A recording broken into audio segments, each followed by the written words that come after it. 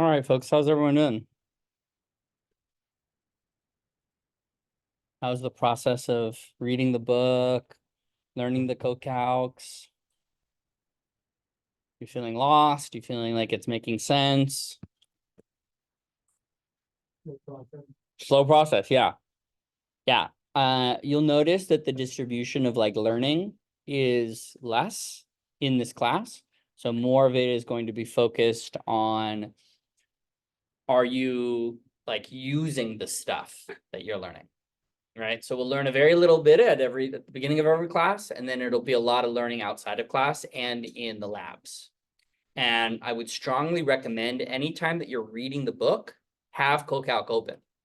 Because when you get to an example, one of the things that I always recommend to folks is to do the example while it's, you're reading, right? Okay, we'll give one more minute. Alfred, you ready? No, I mean, you don't have to get up, but. Okay. All right, Zuri's on there. Eduardo, Daniel, sorry. Then we have President's Day.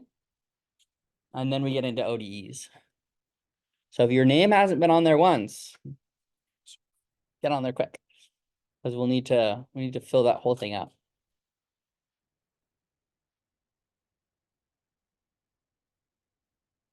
Ready? How's everyone doing? Questions, comments, concerns before we get started? All right, Alfred, what do we learn about today? Today we learn about list of and arrays first, and then for loops. Okay. Okay, so first we'll go over the lists in the chapter. Lists are essentially a type of collection of data you can have in Python. A list can contain any type of data within it. It doesn't matter that they are whatever you have in there is the same data. You can have integers, floats, or both, or the other, one or the other. It doesn't matter. You can have letters and you can have strings in there. It's just a container for data. That's the list. And then you can index a list. But let me start with a list is created when you use the squiggly brackets. Oh no, square brackets. Square brackets, Square okay. brackets. Yeah, 2.8. Yeah, that one. So you use square brackets to denote a list. You can set a variable equal to a list. So for example, there they have R, that's the variable they're using, and they're setting it equal to the list containing 1, 2, 1, 1, 2, 3, 4, which is the beginning of the Fibonacci sequence. And then you can see a little bit below that, you can print out the entire list by just referencing the variable that you set it equal to. And then if you wanted to, for example, pass into the list data through another variable, they do that a little bit below there. They state 3 variables, X, Y, and Z. They set those equal, they assign numbers to those variables. And then down there in the bottom for the list, instead of putting the actual numbers in there, you can put a variable in there and it'll pass through the data that you had assigned to that variable. Okay, so let's pause for a second. So let's think about a couple words that Alfred used that we want to make sure that we understand. The first one was the word index. So what does it mean to index a list? Anyone? Not Alfred? It's okay to be wrong? What space? What do you mean the space? Like, Indent? yeah. Indent is different from index. So if I index the list, I would ask, I want to find the 5 in the list R. What if I only want the 5? How would I find it?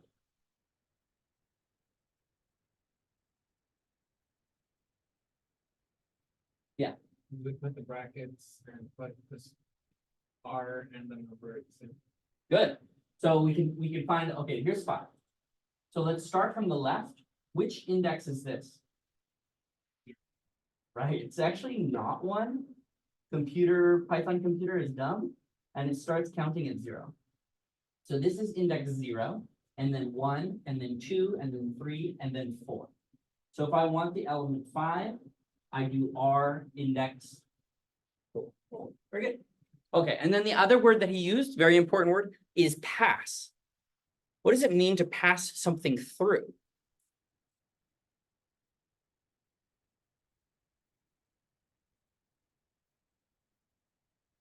This is an action you actually did on Monday?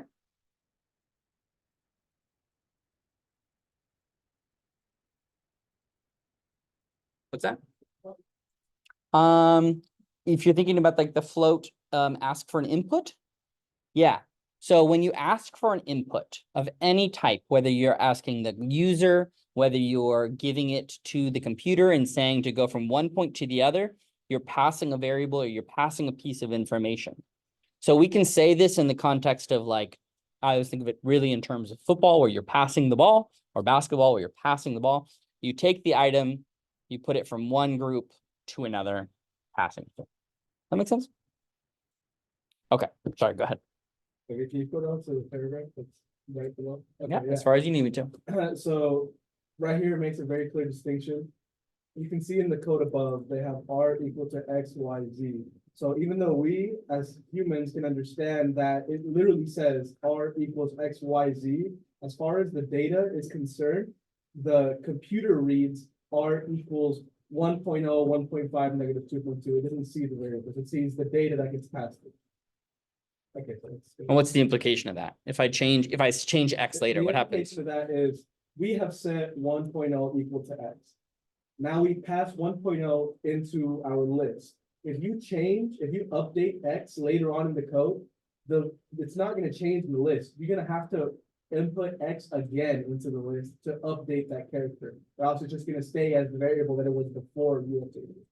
Which is good and bad, right? You know, sometimes you want to append to the end of the list. You want to add what X was so you can get updates of X the whole time. So maybe you wouldn't want X to update in that list, because then you would have a bunch of the same numbers instead of whatever X was along the whole time, right? Okay, go ahead. And then here they show that you can actually do math on variables within the list, and it will then display the answer for your math as that index in the list. So in the previous page, we had X as 1.0, and right there as the first element of the list, it's 2 times X. So what we're gonna have there is 2.0. It's gonna do the math for us. And then the answer is what's in the list. Good. And then right a little below. So hold on, before we go on, any questions for Alfred or the text itself? Cool, let's go. Right there, it shows you how to index a list. So you can get individual elements by doing the name of your list. If you have assigned it to a variable, so we did R, then it does R square brackets and then blue square brackets, whichever index element you want. Okay, and then right here, this one, will they just import square root so they can do the magnitude of a vector? So here they're just explaining to you that if you have a list, it is essentially a one-dimensional array, but it's not an array. So you can represent vectors using a list. So you can end up getting a magnitude of your vector by doing the magnitude equation that we know, which is you take all 3 elements of your vector, then you're gonna square them, add them up, and then that answer you square root it, and that prints you the magnitude of the length of your 2-dimensional or 3-dimensional vector. Did that make sense? We'll see it in practice. It's more, lists and arrays are tricky, but you will get it when you start using them. People here are familiar with vector math. Are you comfortable with vector math? Okay, that's okay. We'll get better. We'll get better. Go ahead.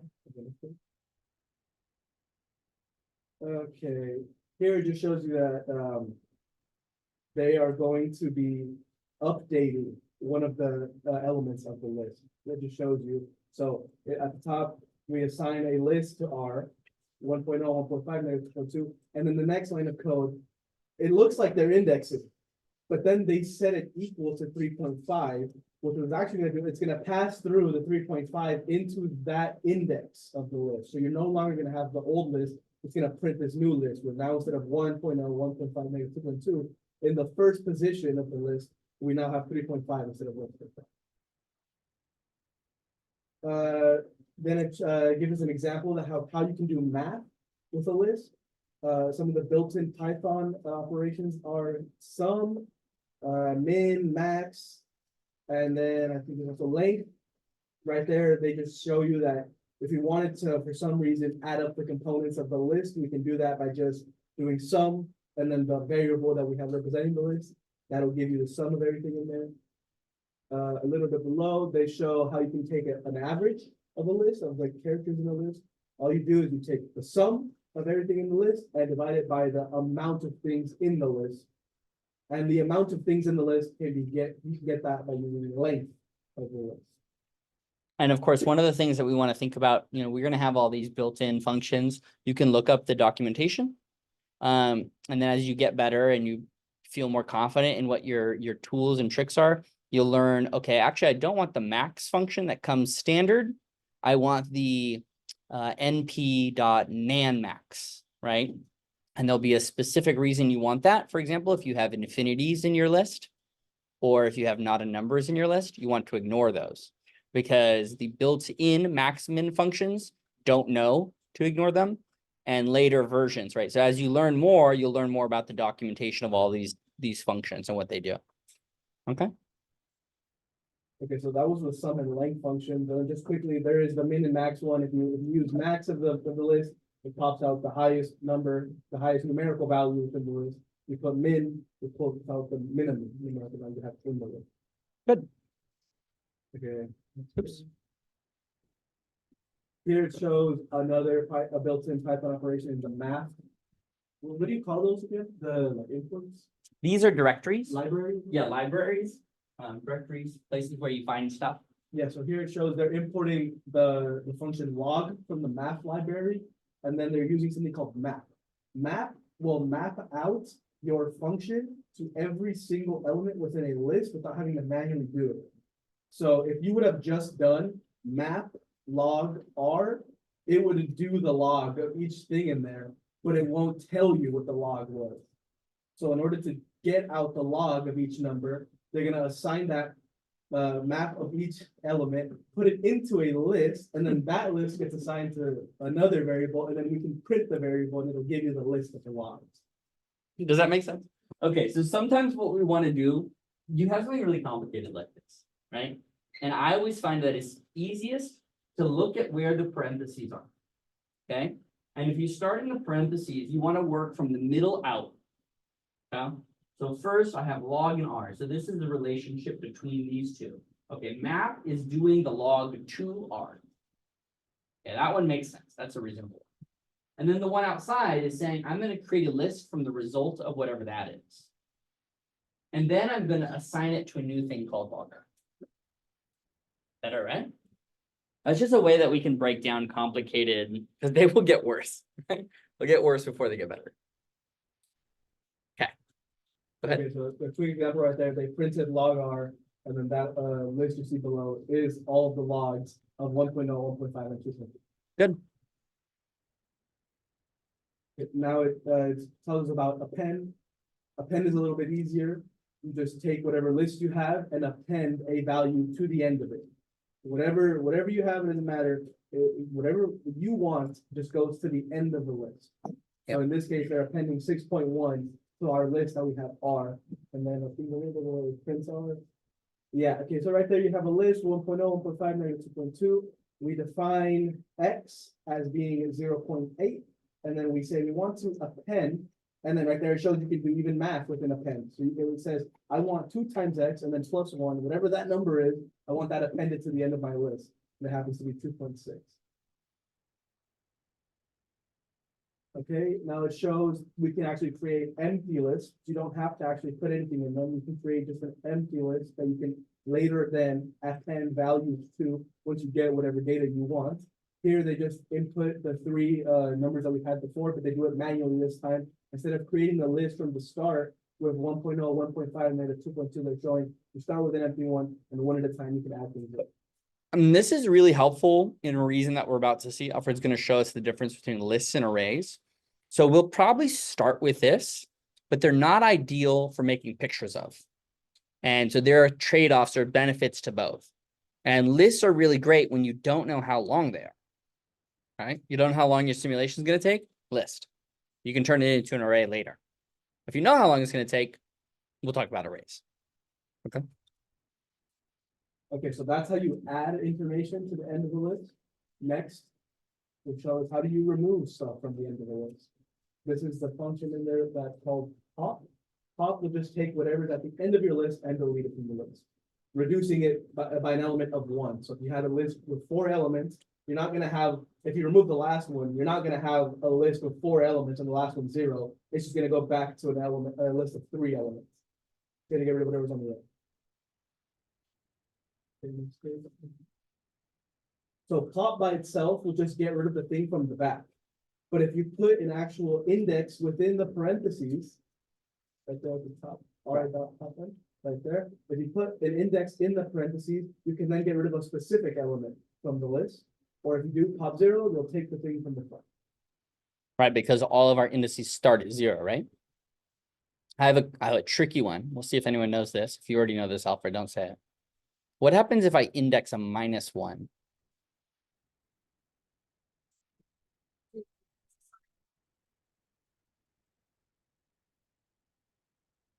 Well, so let's say I want to index R pop and I put -1 in here for n for the location n. So I said that this is location 0 and this is location 1 and this is location 2. Is there a location -1? There is a secret hidden location -1. Where is it? Would it like start from the very back because of the loop again? Yeah. Like something behind 0 technically couldn't exist, so it start right all the way from the beginning. Right. So if this is 0 and I go all the way back around, this is -1, -2. I mean, in this case, this is -3, but usually sometimes you want the last element or the second to last element. You just do -2. Does that make sense? So you can count backwards. Weird, right? All right, go ahead. Okay, and then here's the other major data type we're learning about today. This is an array. An array looks similar to a list, but it behaves much more differently. And a list is very fluid. You can add things quickly, you can take things away quickly, you can change the size quickly. An array, you have to know everything about the array before you create the array, because you cannot mix data types to one data type. You cannot change the size of the array. Once an array is created, it is set. You can add things and move things, but you cannot change the actual array, the type of array you have when you make it. So there's just a couple of bullet points here. Number of elements in the array is fixed, size is fixed. The elements of the array must be the same type, you can make data types. Arrays can be 2-dimensional. So that's where we start getting stuff like matrices from physics. And arrays also behave like vectors or matrices in Python. And then arrays work faster than lists. So most calculations that you do, maybe not now, but later when we have bigger calculations, an array will work much faster than a list. It's more efficient. Here's And our beautiful package. Go down to the code. Okay, so here it shows one way. The first way that we learned to create an array is using a 0 array. We can create an array full of only zeros in whatever shape and size we want. So here's the basic one. First, they bring in the library NumPy, because NumPy has a package. You can do a lot of math stuff with it, and one of them is create arrays. And if you import specifically the function zeros, you can then create an array of size 4, and we only put one number in. So Python will know this is a 1-dimensional array because we only have one number with a length of 4, where all data types within it can only be floats. And it's going to be float 0. Does that make sense for what we would expect? Arrays can also be 3 different data types. In that case, they showed float. A little below, they show that you can also have integer arrays and also complex number arrays. Okay, so now they show you how to create a 2-dimensional array. All you do is you put a list within your array command. And if you notice, they have M and N there for the list, which the M and N represent the amount of rows and the amount of columns respectively that your array that you want will have. They don't represent the actual numbers that are going to be in the array, they represent the size of the array. And then they make it a flow into the arrays. Does this process make sense? It's okay if you're getting a little lost, when we make your first array and you start populating it with numbers, you'll see. One of the first things I like to do after I create my zeros and I look at my thing, I go and after we learn what a for loop is, I'll loop through the whole list and I'll index them 1, 2, 3, 4 based on their position. And I'll see, oh, this is position 0, 1, 2, 3, 4, 5, 6, 7, 8, 9, 10, 11. And I'll be able to physically see how it's constructed. Okay, so that was the first way to make an array. Now they show us how to make an empty array. Before we had an array that was zeros. Now you can have an array that's empty. However, if you're going to create an array that's empty, you must already know what elements are you might want to put in there. Because you can only have one data type in there. You don't want to start throwing in a bunch of different numbers that you don't know what types are going to be in there. Because then it's going to start changing the data types of the numbers you put in there. So you can only have one kind. Now, interestingly enough, there's an order, right? So we didn't necessarily talk about this too much on Monday, but ints are different from floats, which are different from complex. And each step, right? So for example, ints don't have anything. There's no decimal point afterwards. And we can talk about memory a little bit later. But as soon as you change from int to float, you can never go back. And similarly, once you change from float to complex, you can never go back. Does that make sense? We won't use complex very often. And another way to create an array, you can use a list to create an array. So here we create a list, we put it into the variable we have in the beginning, we have R, and we say, create me an array that has the numbers from the list R. But the array is going to be a float list. So any number that may or may not have, because remember, a list can have any data type, it doesn't matter. But know that when R gets passed through into the array, everything is going to be a float. Can I ask a different question here? Let's say instead of in this array here, in this list here in list R, let's say instead of 1, I wanted to put the word in quotations, apple. Is R going to allow that? For a list? For an array, yes, but for this list above here. I guess you'll find out today. And then what happens if I ask it to turn apple into a float? It's gonna be mad, right? So we can have a lot of fun with lists, and you can have entire images, which are part of the list. You can have data files, which are part of your list. You can have a list of data files, right? There are lots of powerful things with list. And when it comes to arrays, you can't do powerful things with, right? So there's benefits to both.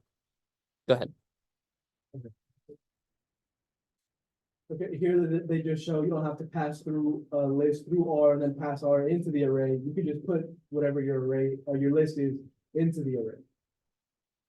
And then also a little bit below, here they show how to create a two-dimensional array using two one-dimensional lists. So they use like kind of like a meta bracket. So it's like brackets within brackets. So and then you have to make sure that you're obviously separating your lists out. And whatever the first list that you put in there is going to be your first row. And then any subsequent list you put in there is going to go below that. Very important on this though, you have to make sure that you have the same amount of elements in every list that you're going to have in here when it comes to the columns. If you have two different size lists with a different amount of elements and they're one dimensional, the computer will get mad. It's not going to create a matrix with two different lists that have different lengths. Does that make sense? People understand that? You can't have a 3 vector and a 4 vector combined so that it's 3 on top of 4 with different sizes. They have to be the same width, right? Okay. Here we can go down to the coder here. Okay, here we're showing how you can actually index specific areas of the matrix we've now created, or the array. So here they start by importing zeros from the numpy library in order to create a 2x2 array of zeros that are integers. Then they say, I specifically want to look at, and now this goes row by column. So they're going to look at the 0th row, which is the first one, and look at the first column, which is the second column. So down below, you see first row, second column, that gets updated as 1.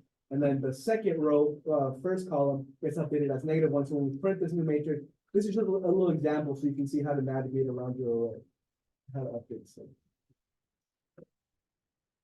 Good. Let's skip over reading from a file so we can just really briefly talk about for loops. And you're gonna do the arithmetic with arrays today in the first example problem. A lot of math. Okay.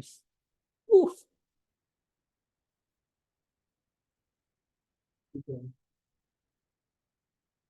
There we go.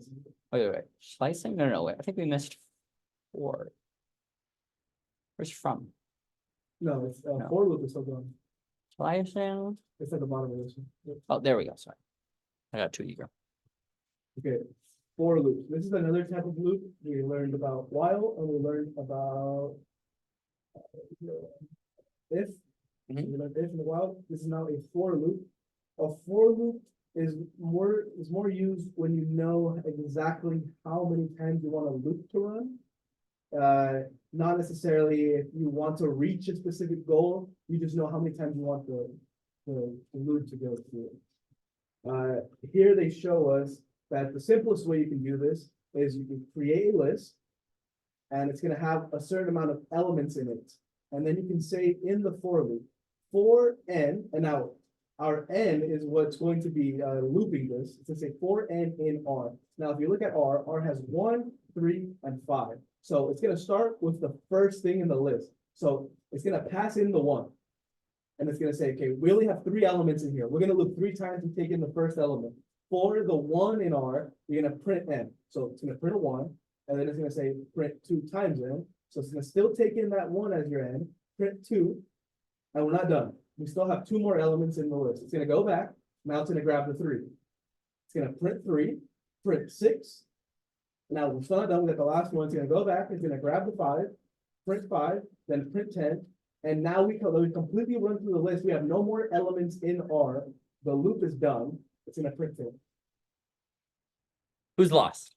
It makes sense, but why does it do that? Because technically, it's like listing the 1, 3, 5, and then there was. Yeah, so remember that every time that we go, we have to think about indentations as a block or as a loop, right? Sometimes those conditional blocks, like we saw for if, they occur once. Sometimes for while, they occur until something happens. And sometimes for, they're going to occur a fixed number of times. So the computer already knows when you say for n in R, it's going to be like, okay, I'm only going to do this 4 times. But in each of those 4 times, something is happening. And it's repeated 1, 2, 3, 4, right? Okay. So everything that happens inside of this block, first this is red and then this is red. And it doesn't know, it's a computer, it's rocks that you've taught to do stuff. So it could be a mundane thing like writing your name 1,000,000 times. And I'll just do it, right? Over and over and over. Anyone else lost? Practice will make perfect. So if you're feeling a little bit out of your element right now, that's totally okay. You'll start using for loops and you will do them wrong. I promise you, I do them wrong. And I've done this for 15 years. Okay.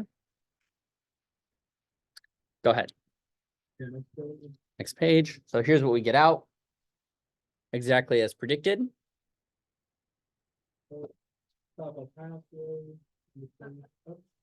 Oh, it's halfway on this Yeah, page. right there. That's good. That's good. So right there, you see the same, right about in the middle of the top, it says the same construction works with arrays as well. So what they're just saying there is that when you're using the for loop, you're going through the list and you're saying for each element in the list. That also works for one-dimensional arrays, only one-dimensional arrays. If you try to put a 2-dimensional array and say for n in this 2-dimensional array, it's going to get mad. It has to be a one-dimensional thing where it can count linearly across just once. And then just a little refresher on the break and continue commands. If you put break inside of the loop, it's gonna just leave the loop and it's just gonna move on past the loop. If you use continue within your loop, it's gonna stop the current iteration of the loop and go back into the top of the current loop and do it again. It's not gonna move on past the loop. Now, last time that we did this, we really only used break, right? We just were thinking about while and we wanted to exit. And so here's where continue actually gets really helpful. So if you're doing something mundane or you're doing a task, for example, that sorts items, right? And you have them all in a jumbled, let's say you're sorting heights of people in a row. Okay, and they're all jumbled. And you move through the whole list and you're trying to figure out how to set everyone equal to one another. You might have something that checks whether or not someone adjacent to you, left and right, is the person to your right taller and the person to your left shorter? If so, continue. If not, do a bunch of other things, right? Switch positions and so on and so forth. Whereas break would make you leave as soon as you found one element that was in that configuration, right? Okay, and then here they also show that you can use a for loop using something called the range function. The range function in Python is, you say it's almost exclusively used for this? Yeah, pretty much. It'll instead of going, looking at your list and going, okay, what elements do we have in here? Let me figure it out. Okay, we got a 1 in the first slot, 3 in the second. It just says how many things are in here. And if there's 5 things in there, instead of looking at the actual data of the list, it's just gonna start counting from 0. 1, 2, 3, 4. Okay, that's 5 things, I'm done. Make sense?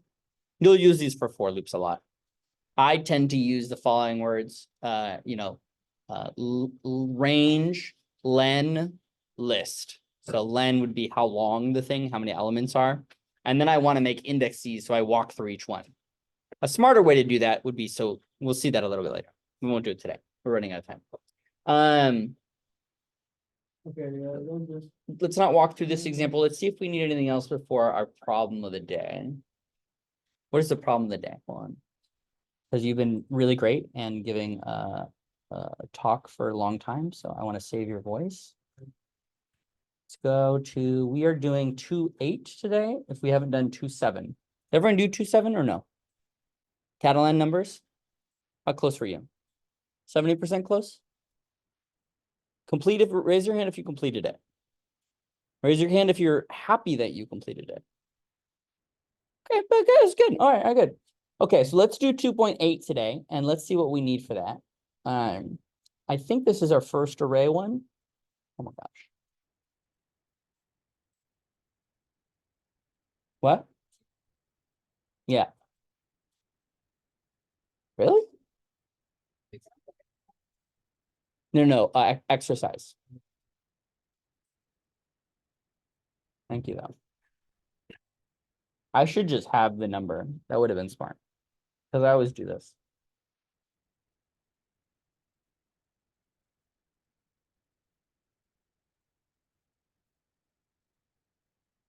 Oh my God.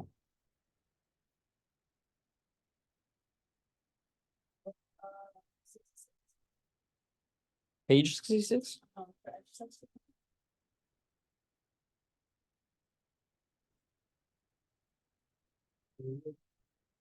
There it is.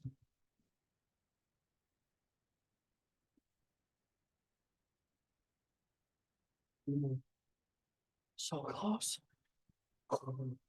Okay, there we go. So this one is just, did you get what we said? And this will be specifically talking about how we understand arrays and lists. You're not doing deep math here, okay? So really allow yourself to make mistakes and see what these arrays are doing. And then for the second one, we might need to know a little bit more about for loops, but if we want to, we can come back to that. Does it make sense? Okay. Brandon, I believe, I don't know if I got your email address for CoCalc. Okay, are you on Slack? Did I put you on Slack? Okay. Let me send me an email right now with the best email for you for your CoCalc account.